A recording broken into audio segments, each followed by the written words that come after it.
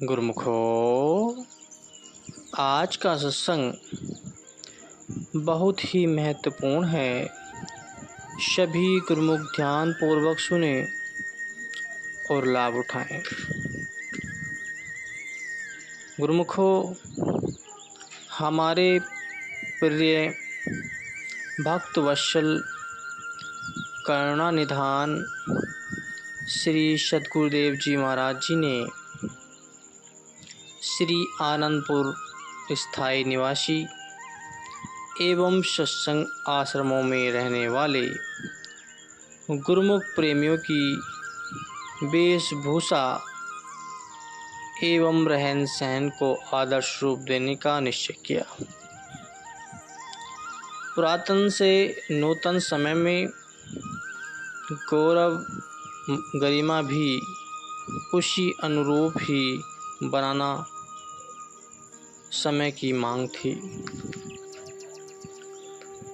आपने श्री आनंदपुर में रहने वाले गुरुमुखों को अलग पहचान देना चाहते थे, ताकि बाहर से आने वाले यात्री जिज्ञासु यहाँ आते ही यह समझ सकें कि सचमुच ही ये गुरुमुख दुनिया की झिलमिल में रहते हुए त्याग, तपस्या एवं भक्ति की मूर्ति हैं। अतः आपने सबको श्री आरती पूजा एवं श्री दर्शनों के समय सफ़ेद वेशभूषा पहनने का आदेश दिया और श्री आनंदपुर में अभी पक्की सड़कों का निर्माण नहीं हुआ था, तो इसलिए सेवा पर रंगदार कपड़े पहनने की अनुमति प्रदान कर दी गई। बाहर से आई हुई संगत ने श्री आरती पूजा एवं श्री दर्शन पर जाते हुए स्थायी एवं सत्संगी गुरुमुखों को जब सफ़ेद वस्त्र धारण किए हुए देखा, तो अनायास ही उनके मुख से निकला कि अपरंपार श्री सद्गुरुदेव महाराज जी, आपकी महिमा अपरंपार है। कुछ प्रेमियों ने श्री चरणों में विनय की कि श्री परमहंस अद्वैत मत श्री आनंदपुर में श्री परमहंस स्वयं विराजमान हैं। उन्होंने अपने निवासियों को हंस बना दिया है। हंसों की डारें, कतारें और श्री आरती पूजा एवं श्री दर्शन का दिव्य नज़ारा हमें मानो वैकुंठ से बढ़कर खुशी प्रदान कर रहा है। श्री आनंदपुर में शरणागत परिवार एवं अन्य कम शिक्षित शरणागतों के लिए पाठशाला बनी हुई थी, तो आपने पाठशाला के साथ साथ सबके लिए रामायण, गुरुवाणी, संत वाणियों को कंठस्थ करने का आदेश दिया। तो यहाँ के प्रबंधक बाई जी से फरमाया कि हमारे शरणागत हर क्षेत्र में आदर्श बनने चाहिए। प्रत्येक मंगलवार को इनसे याद की हुई वाणियाँ सुनी जाएं और शेष थोड़ा थोड़ा याद करने को कहा गया, क्योंकि श्री आनंदपुर में सेवा का सिलसिला अधिक होने के कारण इस और अधिक समय देना कठिन था।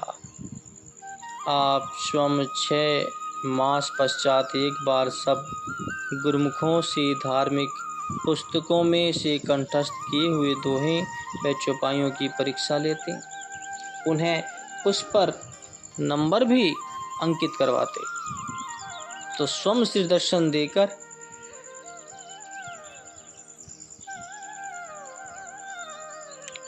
देकर सबको पेपर बांटते। उस समय सबके मुंहों से यही निकलता कि देखो, माता पिता भी अपने बच्चों से इतना हित नहीं करते जितना हमारे श्री गुरु महाराज जी हम सेवकों का ध्यान रखते हैं।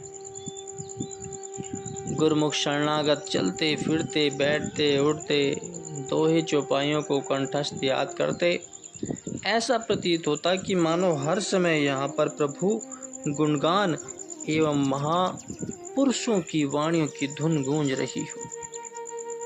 हर समय सेवा, सुमरन, दर्शन एवं गुरु महिमा के मधुर गीतों से भरा वातावरण आनंद से पूर्ण पावन सौरभ बखेरता। यह सब प्रताप आपका अपने प्रेमियों के प्रति अनन्य स्नेह के कारण था। तो श्री सद्गुरुदेव महाराज श्री तृतीय पातशाही जी के समय में वह उनसे पहले कुछ गुरुमुख भक्त सर्वस्व समर्पण कर शरणागत रूप में सेवा कर रहे थे, तो उन्हें साधु वेश प्रदान करने की आप श्री पंचम पातशाही जी की दिव्य मौज उठी। उनमें से कुछ भक्त अंदर सेवा में लगे हुए थे, तो भक्त गोविंद जी, महात्मा अखंडानंद जी, भक्त बलराम जी, भक्त मोटूमल जी, अन्य कुछ अधिकारी गुरुमुखों को यथा समय वेशभूषा प्रदान करते गए। जिस दिन आप गुरुमुखों को साधु वेश प्रदान करते, उस दिन अंतर मन से प्रफुल्लित होकर वचन फरमाते कि हमने आज श्री परमहंस दयाल जी की अथाह मौजों की लहरों में से एक डुबकी लगाई है। उन महात्मा जनों को अपूर्व आनंद की अनुभूति होती और वे अहोभाग्य मानते हुए आभार प्रकट करते। तो श्री गुरु महिमा के भजन गाकर श्री आनंदपुर में हर्षोल्लास का एक पर्व बन जाता। साधु वेश प्रदान करते हुए आप हर बार विशेष प्रवचन फरमाते। आपने श्री वचन फरमाए कि गुरुमुखो, श्री आनंदपुर दरबार भक्ति परमार्थ और साधन का दरबार है। यहाँ पर रहने वाले सब प्रेमी जिज्ञासु साधु हैं जो कि 24 घंटे साधना में लगे हुए हैं। साधना भी वही कर सकते हैं जो अपने इष्ट देव श्री सद्गुरुदेव जी के बतलाए हुए आदेशानुसार जीवन व्यतीत करते हैं। हर एक इंसान साधना करे या साधु बन जाए ऐसा नहीं है। अपने ख्यालों से न कोई साधु बन सकता है और न ही साधना कर सकता है। खाली वेशभूषा पहन लेने से या साधु का लिबास पहन लेने से तो साधु नहीं बनना जा सकता। जैसा कि संत मलुकदास जी ने अपनी वाणी में कहा कि साधु सही अर्थों में वह है कि भेष फकीरी जे करे, मन नहीं आवे हाथ, दिल फकीर जे हो रहे साहिब दिन के साथ। कि अगर साधु का वेश पहन लिया और मन को काबू नहीं किया तो वह साधु नहीं है। साधु सही मायनों में वही है जिसने साधना करके मन को जीत लिया है, जिसके अंदर सद्गुण भर गए हैं। महापुरुषों ने फकीर का मतलब 4 अक्षरों में बयान किया है कि फकीर के 4 शब्द अलग अलग हैं। वे इस प्रकार हैं कि फे अर्थात फाका। फाका किसको कहते हैं? इसका मतलब यह है नहीं कि आदमी बिल्कुल भूखा रहे, इस प्रतीक्षा में लक्ष्य भी पूरा न हो और जान भी गवा बैठे। इतना भोजन करें जिससे शरीर का काम चल सके और आत्म उन्नति का काम भी हो सके। जरूरत से अधिक न खाए, क्योंकि शरीर ही एकमात्र कल्याण का साधन है। इसकी देखभाल करना भी इंसान का फर्ज है। फिनात अर्थात सब्र संतोष। जैसी वस्तु मिल जाए उस पर संतुष्ट रहे, इधर उधर देखकर ईर्ष्या और तृष्णा न बढ़ाए। याद इलाही अर्थात मालिक की याद। जो सद्गुरु की तरफ से शब्द मिला हुआ है उसका नित्य प्रति अभ्यास करना, यानी नित्य नियम से भजन सुमरन करना। रियाजत अर्थात उपासना करना। जो इस दरबार के नियम बनाए गए हैं, श्री आरती, पूजा, सेवा, सत्संग, भजन अभ्यास और दर्शन ध्यान, इनको नित्य प्रति श्रद्धा सहित करना। जो इन विचारों को दिल में धारण करेगा वह सही मायनों में साधु है। वह अपने लक्ष्य को पूरा कर सकेगा और जीवन की सफलता पालेगा। प्रत्येक गुरुमुख को यह समझना चाहिए कि मेरा साधु बनने का क्या प्रयोजन है। साधु भेष ले लिया तो उसमें विशेषता हो जाती है। साधु का लिबास कोई मामूली लिबास नहीं है, इसे भगवा भी कहते हैं, अर्थात ये भगवान का भेष है। इसलिए भगवे कपड़े की कदर करनी चाहिए।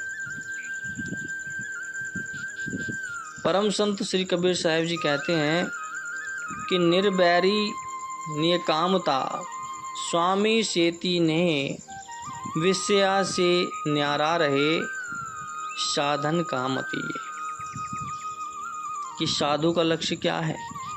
जो अपने आप को साधु की श्रेणी में गिने, वह विरोध से न्यारा रहे, किसी प्रकार की इच्छा न हो, कामना रहित हो, मालिक से प्यार करे, अपने इष्ट देव के प्रति गहरा प्यार और श्रद्धा हो और विषय विकारों से दूर रहे। ये सब लक्षण होने अति अनिवार्य है। जो विषयों से दिल लगाएगा, जो संसार के मायावी पदार्थों से दिल लगाएगा, उसका मालिक से प्यार नहीं होगा। कोई कहे कि मेरा विषयों से भी प्यार है और मालिक से भी, यह उसका खाली पुलाव और धोखा है। महापुरुष जीव को चेतावनी देते हैं कि आज्ञा के दायरे में रहो, इससे इंसान की सुरती निर्मल होगी। शुद्ध हृदय वालों को घट में मालिक के दर्शन होंगे। वही निर्मल आत्मा परमात्मा से एकाकार हो सकती है। उसी के जन्म जन्मांतरों के बंधन छूट सकते हैं। इंसान को किसी प्रकार का जीवन बनाना है जिससे इंसान की अपनी ज़िंदगी भी सुखमयी बनती है और जो लक्ष्य धारण किया है उसकी भी पूर्ति हो जाती है। वे अपने संपर्क में आने वालों का भी सही मार्ग प्रशस्त करते हैं। इस प्रकार साधु बनने के लक्ष्य को समझाकर आपने कई जागृति प्रदान की। आपके महान उपकारों और नए कायाकल्प से जीवन में स्फूर्ति भर जाती है। हर गुरुमुख के दिल में लक्ष्य को पाने की लगन दिनों दिन बढ़ती जाती है। आप कुछ समय उपरांत अधिकारी संस्कारी गुरुमुखों को साधु वेश प्रदान करते रहते हैं। यह भी एक विशेष दूरदरगाही मौज को